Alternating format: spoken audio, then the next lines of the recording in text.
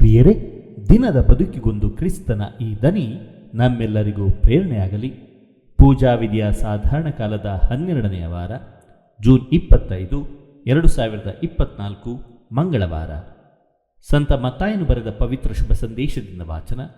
7ನೇ ಅಧ್ಯಾಯ 6, 12-14 ವಚನಗಳು.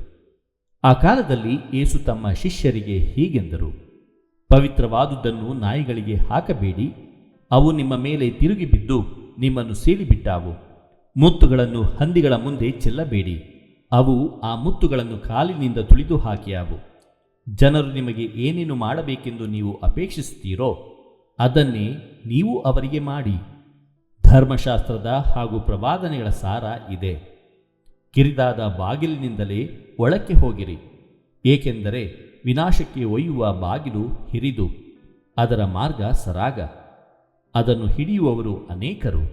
ಅಮರ ಜೀವಕ್ಕೆ ಕೊಂಡೊಯ್ಯುವ ಮಾರ್ಗ ದುರ್ಬರ, ಅದರ ಬಾಗಿಲು ಕಿರಿದು, ಅದನ್ನು ಗುರುತಿಸುವವರು ಕೆಲವರು. ಪ್ರಭುವಿನ ಶುಭ ಸಂದೇಶ. ಕ್ರಿಸ್ತರೇ ನಿಮಗೆ ಸ್ತುತಿ ಸಲ್ಲಲಿ. ಚಿಂತನೆ. ಕ್ರಿಸ್ತನಂತೆ ಪ್ರೀತಿಯ ಪಥದಲ್ಲಿ ನಾವು ಬಾಳಿದರೆ ನಿತ್ಯ ಜೀವವು ನಮಗೆ ಕಟ್ಟಿಟ್ಟ ಬುತ್ತಿ. ಪ್ರಭು ಯೇಸುವಿನಲ್ಲಿ ಆತ್ಮೀಯರೇ, ಈ ಆಧುನಿಕ ಯುಗದಲ್ಲಿ ಮನುಷ್ಯನ ಇತರ ಗುಣಗಳಿಗಿಂತ ಅವನ ಸ್ವಾರ್ಥ ಅವನನ್ನು ಮೆರೆಸುತ್ತದೆ.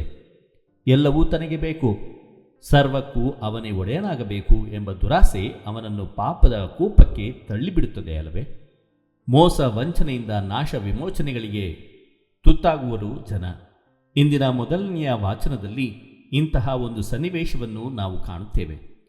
ರಾಜ್ಯಗಳನ್ನು ತಾತ್ಕಾಲಿಕವಾಗಿ ಆಳುವ ರಾಜರುಗಳ ಸ್ವಾರ್ಥ ದುರಾಶೆಯನ್ನು ಕಾಣುತ್ತೇವೆ. ಹೌದು, ಹಲವಾರು ಬಾರಿ ನಾವು ಸ್ವರ್ಗವನ್ನು ಭುವಿಯನ್ನು ಸೃಷ್ಟಿಸಿದ ತಂದೆ ದೇವರೇ ಸರ್ವಕ್ಕೂ ಒಡೆಯ ಎಂಬುದನ್ನು ಮರೆತು ನಾವು ಜೀವನದಲ್ಲಿ ಸಾಗುತ್ತೇವೆ. ಈ ಕುರಿತಾಗಿ ಕ್ರೈಸ್ತರ ಮನದಲ್ಲಿನ ಅರಿವು ಮೂಡಿಬರಬೇಕಿದೆ. ಸ್ವಾರ್ಥ ತೊರೆದು ಪ್ರೀತಿ, ಸ್ನೇಹ, ಸೇವೆಯ ಮಾರ್ಗದಲ್ಲಿ ನಡೆಯಬೇಕಿದೆ. ಆತ್ಮೀಯರೇ, ಇಂದು ಧರ್ಮಗಳು ದೇವರನ್ನು ಮಾರಾಟ ಮಾಡುವ ಉದ್ದಿಮೆಗಳಾಗಿವೆ. ದೇವರ ಒಳ್ಳೆತನವನ್ನು ಮತ್ತು ಪ್ರೀತಿಯ ಮಾರ್ಗವನ್ನು ಪ್ರಚುರಪಡಿಸಬೇಕಾದ ಧರ್ಮಗಳು ಉದ್ದಿಮೆಗಳಾಗಿರುವುದು ಶೋಚನೀಯ ಸಂಗತಿ. ಜನರು ನಿಮಗೆ ಏನೇನು ಮಾಡಬೇಕೆಂದು ನೀವು ಅಪೇಕ್ಷಿಸುವಿರಿ ಅದನ್ನೇ ನೀವು ಅವರಿಗೆ ಮಾಡಿ. ಕಿರಿದಾದ ಬಾಗಿಲಿನಿಂದಲೇ ಒಳಕ್ಕೆ ಹೋಗಿರಿ. ಇಂತಹ ಆಧ್ಯಾತ್ಮಿಕತೆಯ ಮಾತುಗಳು ಭಕ್ತರಿಗೆ ಅಸಂಬಂಧ ಮಾತುಗಳಾಗಿ ಬಿಟ್ಟಿವೆ. ಇಡೀ ಜಗತ್ತೇ ಸೂಪರ್ ಎಕ್ಸ್ಪ್ರೆಸ್ ವೇ ಎಂಬ ಅಮಲಿನಲ್ಲಿದೆ. ಇಂತಹ ಸ್ಥಿತಿಯಲ್ಲಿ ಯಾರು ಕಿರಿದಾದ ಬಾಗಿಲಿನಿಂದ ಒಳಕ್ಕೆ ಹೋಗಲು ಇಷ್ಟಪಡುತ್ತಾರೆ ಹೇಳಿ? ಕ್ರಿಸ್ತರ ಮಾರ್ಗದಲ್ಲಿ ನಾವು ನಡೆಯದಿದ್ದರೆ ವಿನಾಶದ ದಾರಿಯನ್ನು ಹಿಡಿಯುವುದರಲ್ಲಿ ಸಂಶಯವೇ ಇಲ್ಲ. ಕ್ರಿಸ್ತನಂತೆ ಪ್ರೀತಿಯ ಪಥದಲ್ಲಿ ನಾವು ಬಾಳಿದರೆ ನಿತ್ಯ ಜೀವವು ನಮಗೆ ಕಟ್ಟಿಟ್ಟ ಬುತ್ತಿ. ಹೌದು, ಕ್ರಿಸ್ತರ ರಾಜ್ಯಕ್ಕೆ ಕರೆದೊಯ್ಯುವ ಮಾರ್ಗವನ್ನು ಆರಿಸಿಕೊಳ್ಳೋಣ.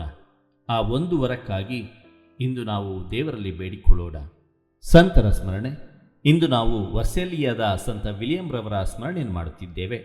ಇವರ ಕಾಲಾವಧಿ 1085ರಿಂದ 1147ರವರೆಗೆ. ಇವರು ಇಟಲಿಯ ವರ್ಸೇಲಿಯಾದ ಒಂದು ಶ್ರೀಮಂತ ಕುಟುಂಬದಲ್ಲಿ ಜನಿಸಿದರು. ಇವರೊಬ್ಬ ಸನ್ಯಾಸಿಯಾಗಿ ಮೊಂಟೆ ವರ್ಜೀನಿಯಾದ ಕೆಳಭಾಗದಲ್ಲಿ ಜೀವಿಸಿದರು. ಇವರ ಜೀವನದ ಮೂಲಕ ಅನೇಕ ಹಿಂಬಾಲಕರನ್ನು ಆಕರ್ಷಿಸಿದರು ಹಾಗೂ ಒಂದು ಸನ್ಯಾಸಿ ಮಠವನ್ನು ಸ್ಥಾಪಿಸಿದರು. ಇದನ್ನು ಮೊಂಟೆ ವರ್ಜೀನೆ ಅಥವಾ ವಿಲಿಯಮೈಟ್ಸ್ ಎಂದು ಕರೆಯಲಾಗುತ್ತಿತ್ತು. ವರ್ಸೇಲಿಯಾದ ಸಂತ ವಿಲಿಯಂ ರವರೇ ನಮಗಾಗಿ ಪ್ರಾರ್ಥಿಸಿರಿ. ದೇವರು ನಮ್ಮೆಲ್ಲರನ್ನು ಆಶೀರ್ವದಿಸಲಿ. ಇದು ಧ್ವನಿ ಮಾಧ್ಯಮ ಮನೆಯ ಕೊಡುಗೆ. ಧ್ವನಿ ವಂದನೀಯ ಸ್ವಾಮಿ ಶಾಂತಕುಮಾರ್ ಜೆ, ಬೆಂಗಳೂರು ಮಹಾಧರ್ಮ ಕ್ಷೇತ್ರ. ಪ್ರಿಯರೇ, ಈ ಚಾನೆಲ್ ಅನ್ನು ಸಬ್ಸ್ಕ್ರೈಬ್ ಮಾಡಿ ಪ್ರತಿದಿನ ದೇವರ ವಾಕ್ಯವನ್ನು ಆಲಿಸುತ್ತಾ ಅದನ್ನು ಇತರರೊಂದಿಗೆ ಹಂಚಿಕೊಳ್ಳಲು ನಮಗೆ ನೆರವಾಗಿರಿ. ಧನ್ಯವಾದಗಳು.